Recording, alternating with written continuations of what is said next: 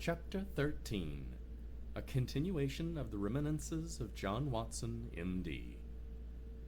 Our prisoner's furious resistance did not apparently indicate any ferocity in his disposition towards ourselves, for on finding himself powerless, he smiled in an affable manner and expressed his hopes that he had not hurt any of us in the scuffle. "I guess you're going to take me back to the police station," he remarked to Sherlock Holmes. "My cab's at the door. If you loosen my legs, I'll walk down to it. I'm not so light to lift as I used to be." Gregson and Lestrade exchanged glances as if they thought this proposition rather a bold one, but Holmes at once took the prisoner at his word and loosened the towel which had been bound round his ankles. He rose and stretched his legs, as though to assure himself that they were free once more. I remember that I thought to myself as I eyed him that I seldom had seen a more powerful-built man. His dark, sunburned face bore an expression of determination and energy, which was as formidable as his personal strength.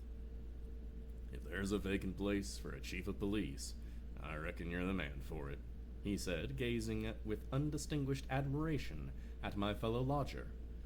"The way you kept on my trail was a caution." "You had better come with me," said Holmes to the two detectives. "I can drive you," said Lestrade. "Good," said Gregson. "You too, Doctor. You have taken an interest in this case and may as well stick with us." I assented gladly, and we all descended together. Our prisoner made no attempt at escape, but stepped calmly into the cab which had been his, and we followed him. Lestrade mounted the box and whipped up the horse and brought us in a very short time to our destination. We were ushered into a small chamber where a police inspector noted down our prisoner's name and the names of the men whose murder he had been charged. The official was a white-faced, unemotional man who went through his duties in a dull, mechanical way. "The prisoner will be put before the magistrate in the course of the week," he said. "In the meantime, Mr. Jefferson Hope, have you anything you wish to say? I must warn you that your words will be taken down and may be used against you." "I've got a good deal to say," our prisoner said slowly. "I want to tell you gentlemen all about it." "Hadn't you better reserve that for your trial?" said the inspector. "I may never be tried," he answered. "Now, you needn't look so startled. It isn't suicide I'm thinking of. Are you a doctor?" He turned his fierce dark eyes upon me as he asked the last question. "Why, yes, I am," I answered. "Put your hand here," he said with a smile, motioning with his manacled wrists towards his chest. I did so, and became at once conscious of an extraordinary throbbing and a commotion which seemed going on inside. The walls of his chest seemed to thrill and quiver as a frail building would do on the inside when some powerful engine was at work. In the silence of the room I could hear the dull humming and buzzing noises which proceeded from the same source. "Why, you have an aortic aneurysm," I cried. "Yeah, that's what they call it," he said placidly. "I went to the doctor last week about it, and he told me it's bound to burst before many days passed. It's been getting worse for years. Got it overexposure and underfeeding among the Salt Lake Mountains. I've done my work now, and I don't care how soon I go, but I should like to leave some account of the business behind me. Don't want to be remembered as just a common cutthroat." The inspector and two detectives had hurried the discussion as to the advisability of allowing him to tell his story. "Do you consider, Doctor, that there's an immediate danger?" the former asked. "Well, most certainly there is," I answered. "In that case, it is clearly our duty as inspectors of the justice to take a statement. You are at liberty, sir, to give your account, which I warn you will be taken down." "I'll be sitting with your leave," the prisoner said, suiting the action to word. "This aneurysm of mine makes me easily tired, and the tussle we had half an hour ago has not mended matters. I'm on the brink of the grave, and I am not likely to lie to you.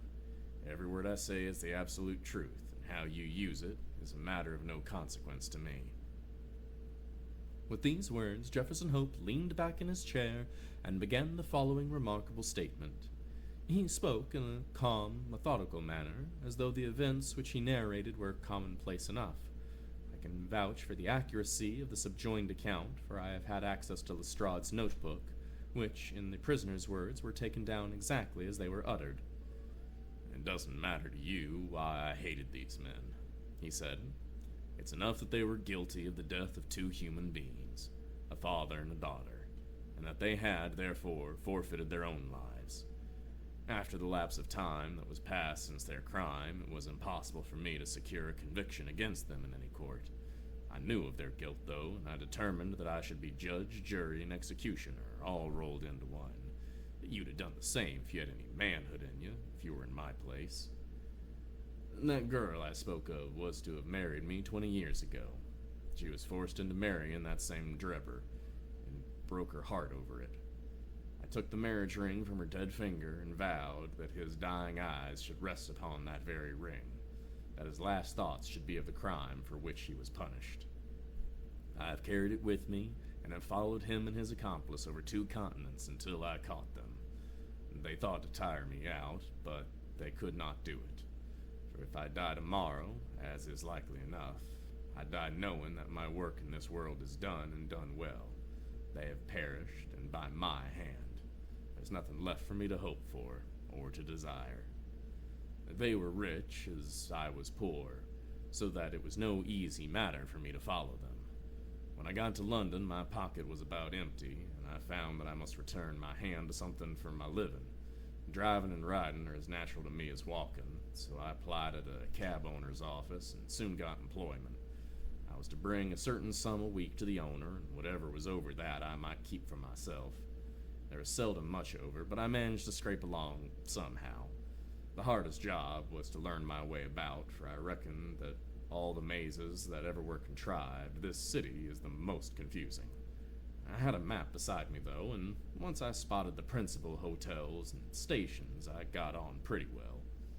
It was some time before I found out where the 2 gentlemen were living, but I inquired and inquired until I dropped across them. They were at a boarding house at Camberwell, over on the other side of the river. When once I found it out, I knew and I had them at my mercy. I had grown my beard, and there was no chance of their recognizing me. I would dog them and follow them until I saw my opportunity.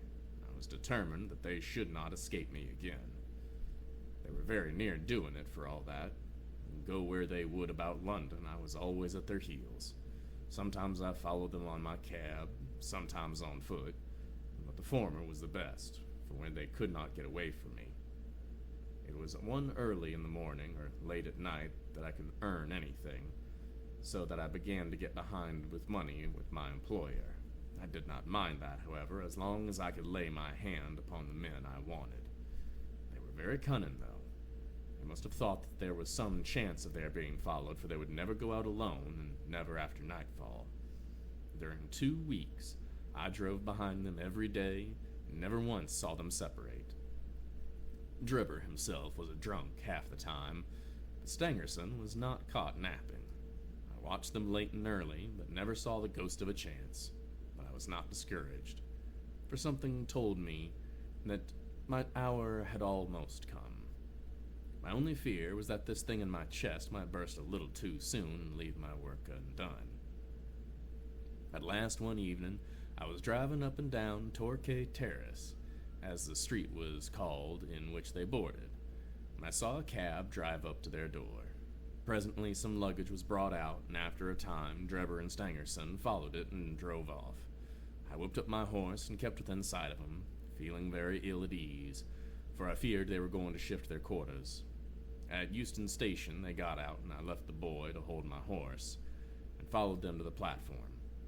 I heard them ask for a Liverpool train, and the guard answered that they had just gone, and there would not be another for some hours. Stangerson seemed to be put out by that, but Drebber was rather pleased than otherwise. I got so close to them in the bustle I could hear every word that passed between them. And Drebber said that he had a little business of his own to do, and that if the other would wait for him, he would soon rejoin him. His companion remonstrated him and reminded him that they had resolved to stick together. Drebber answered that the matter was a delicate one, and he must go alone. I could not catch what Stangerson said, but the other burst out swearing, and reminded him that he was nothing more than his paid servant, and that he must not presume to dictate him. On that, the secretary gave up as a bad job and simply bargained with him that if he missed the last train, he should rejoin him at Halliday's private hotel, in which Drebber answered that he would be back on the platform before 11 and made his way out of the station. The moment for which I had waited so long had at last come. I had my enemies within my power. Together they could protect each other, but seeing that they were at my mercy, I did not act, however, with undue precipitation. My plans were already formed. There is no satisfaction in vengeance unless the offender has had time to realize who it is that strikes him, and why retribution has come upon him. I had my plans arranged by which I should have the opportunity of making the man who had wronged me understand that his old sin had found him out. It chanced that some days before, a gentleman who had been engaged in looking over some houses in Brixton Road had dropped the key of one of them in my carriage. It was claimed that same evening and returned, but in the interval I had taken a molding of it and had a duplicate constructed. By means of this, I had access to at least one spot in this great city where I could rely upon being free from interruption. How to get Drebber to the house was the difficult problem which I had now to solve. He walked down the road and went into one or two liquor shops, staying for nearly half an hour in the last of them. When he came out, he staggered in his walk and was evidently pretty well on. There was a hansom just in front of me, and he hailed it. I followed it so close that the nose of my horse was within a yard of his driver the whole way. We rattled across Waterloo Bridge and through miles of streets, until, to my astonishment, we found ourselves back in the terrace in which he had boarded. I could not imagine what was his intention in returning there, but I went on and pulled up my cab 100 yards or so from the house. He entered it, and his hansom drove away. "Give me a glass of water, if you please. My mouth is dry with the talking." I handed him a glass, and he drank it down. "That's better," he said. Well, I waited for a quarter of an hour or more, and suddenly there came a noise like people struggling inside the house. The next moment, the door was flung open, and two men appeared, one of whom was Drebber.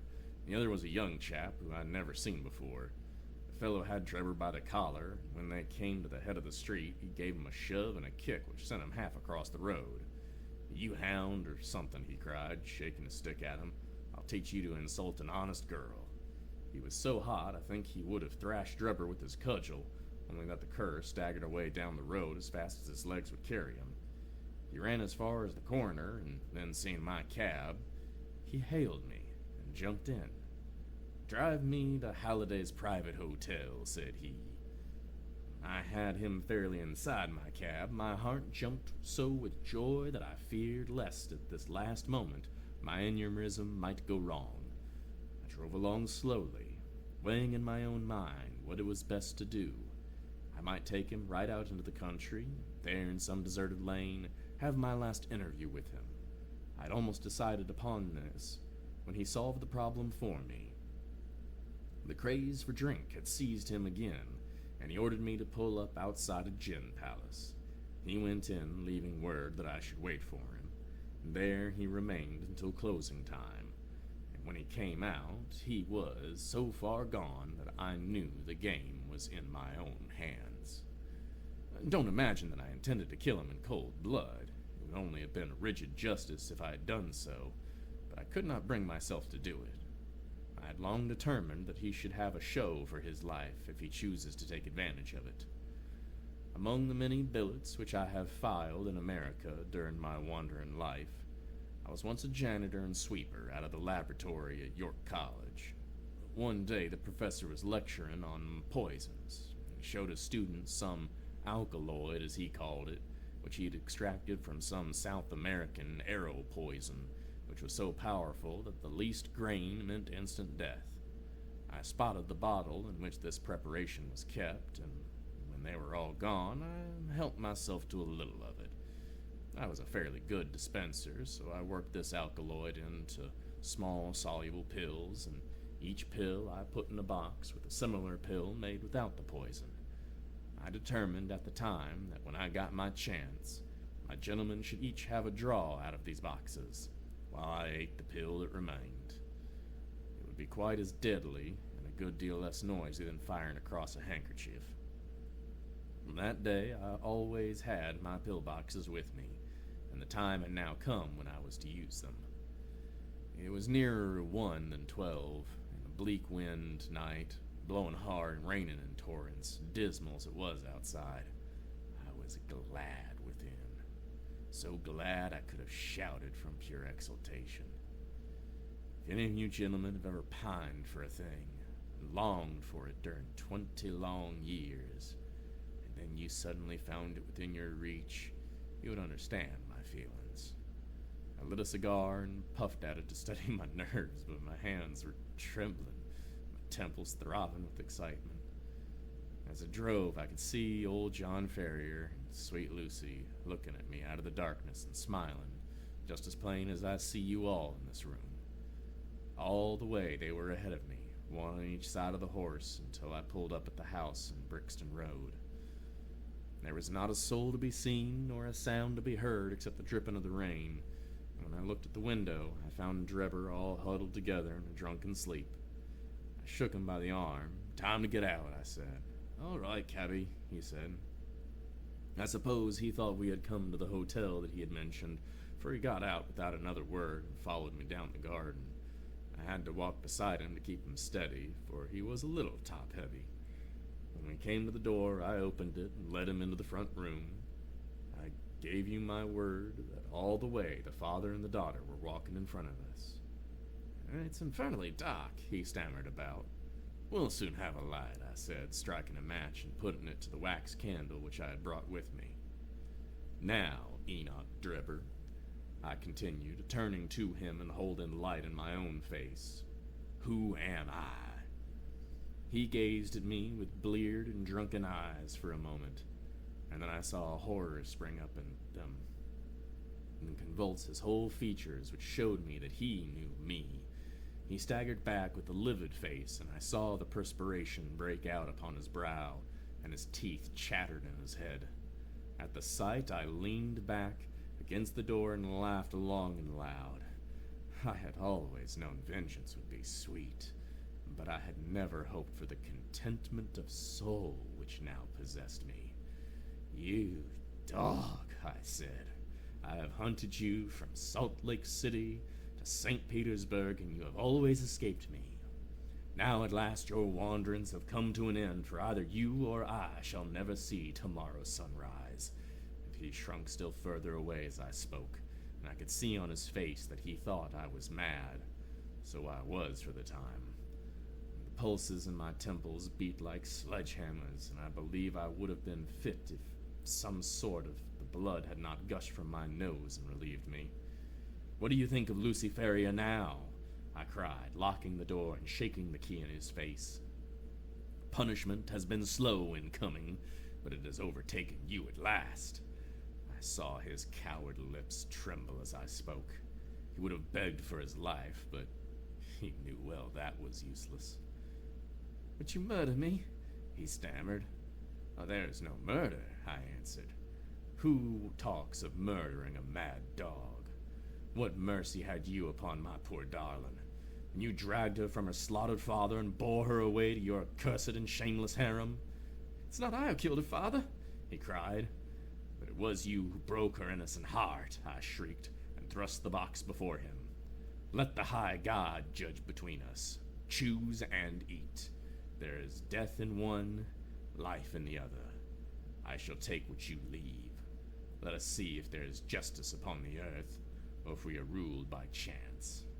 He cowered away with wild cries and prayers for mercy, but I drew my knife and held it to his throat until he obeyed me. And then I swallowed the other, and we stood facing one another in silence for a minute or more, waiting to see which was to live and which was to die. Shall I ever forget the look which came over his face when the first warning pangs told him that the poison was in his system? I laughed as I saw it, and I held Lucy's marriage ring in front of his eyes. It was but for a moment, for the action of the alkaloid is rapid. A spasm of pain contorted his features. He threw his hands out in front of him and staggered, and with a hoarse cry fell heavily upon the floor. I turned him over with my foot and placed my hand upon his heart. There was no movement. He was dead. The blood had been streaming from my nose, but I had taken no notice of it. I don't know what it was that put it in my head to write upon the wall with it. Perhaps it was some mischievous idea of setting the police on the wrong track, for I felt light-hearted and cheerful. I remembered a German being found in New York with Rach written above him. It was argued at the time in the newspapers that the secret societies must have done it. I guessed that what puzzled the New Yorkers might puzzle the Londoners, so I dipped my finger in my own blood and printed it in a convenient place on the wall. Then I walked down to my cab and found that there was nobody about, and that the night was still very wild. I had driven some distance when I put my hand in my pocket, in which I usually keep Lucy's ring, and found it was not there. I was thunderstruck at this, for it was the only memento that I had of her.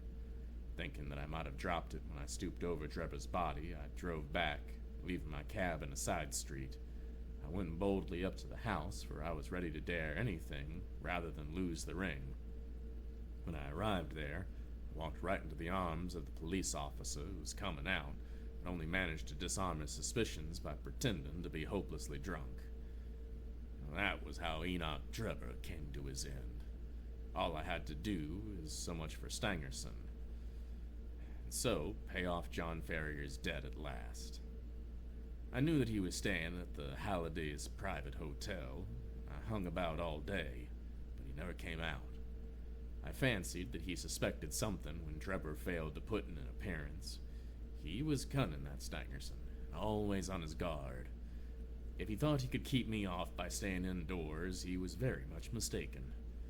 I soon found out which was the window to his bedroom, and early the next morning I took advantage of some ladders which were lying in the lane behind the hotel, and so made way into his room in the gray of the dawn. I woke him up and told him that the hour had come when he was to answer for the life he had taken so long ago. I described Drebber's death to him and gave him the same choice of the poison pills. Instead of grasping at the chance of safety which that offered him, he sprang from his bed and flew at my throat. Self-defense, I stabbed him to the heart. It would have been the same in any case, for Providence would never have allowed his guilty hand to pick out anything but the poison. I have little more to say, and it's as well, for I'm about done up. I went on cabbing it for a day or so, intending to keep at it until I could save enough to take me back to America. I was standing in the yard when a ragged youngster asked if there was a cabbie there named Jefferson Hope, and said that his cab was wanted by a gentleman at 221B Baker Street. I went round, suspecting no harm. The next thing I knew, this young man here had the bracelets on my wrist, and as neatly snackled as I ever saw in my life. That's the whole of my story, gentlemen. You may consider me to be a murderer, but I hold that I am just as much an officer of justice as you are. So thrilling had the man's narrative been, and his manner was so impressive, that we had sat silent and absorbed. Even the professional detectives, blasé as they were in every detail of the crime, appeared to be keenly interested in the man's story. When he finished, we sat for some minutes in a stillness which was only broken by the scratching of Lestrade's pencil as he gave the finishing touches to his shorthand account. "There is only one point which I should like a little more information," Sherlock Holmes said at last. "Who was your accomplice who came for the ring which I advertised?" The prisoner winked at my friend's joviality. "I can tell my own secrets," he said, "but I don't get other people into trouble. I saw your advertisement, and I thought it might be a plant, or it might be the ring which I wanted. My friend volunteered to go and see. I think you'll own he did it smartly." "No doubt of that," said Holmes heartily. "Well, now, gentlemen," the inspector remarked gravely, "the forms of the law must be complied with. On Thursday, the prisoner will be brought before the magistrates, and your attendance will be required. Until then, I will be responsible for him." He rang the bell as he spoke, and Jefferson Hope was led off by a couple of warders, while my friend and I made our way out of the station and took a cab back to Baker Street.